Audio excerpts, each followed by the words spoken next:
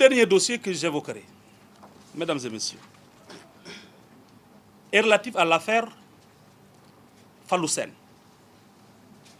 Fallou Sène, du nom de l'étudiant qui, le 13 mai 2018, à la suite des échauffourées qui ont eu lieu au campus de l'université Gaston Berger de Saint-Louis. Sur l'affaire Fallou Sène, je dirais que le 13 mai 2018, à la suite d'échauffourées sur le campus de l'université Gaston Berger de Saint-Louis, le décès du nommé Fallou Sène a été porté à l'attention du procureur de Saint-Louis.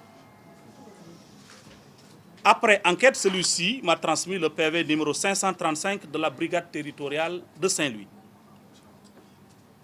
Et comme vous le savez, quand un militaire,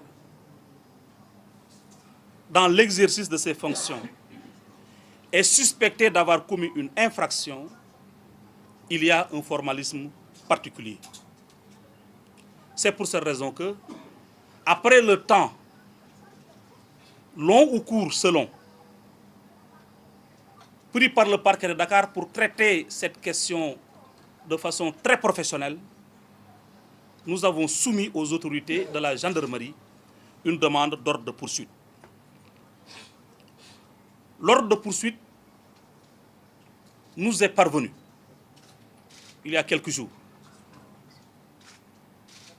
Dès demain, je saisirai le commandant de la brigade prévôtale pour poser l'acte suivant de la procédure. Le moment venu, vous serez édifiés.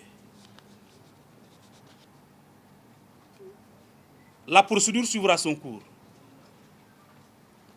Comme il en a été d'ailleurs à Pikine-Guédiawaye, où mon collègue, le procureur de la République de Pikine-Guédiawaye,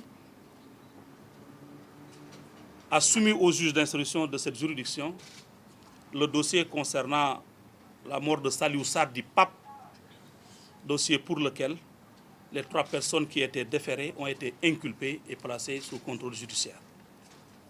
Voilà dans un premier temps le propos liminaire que je tenais à porter à votre attention et je reste disponible pour répondre à vos questions. Je vous remercie.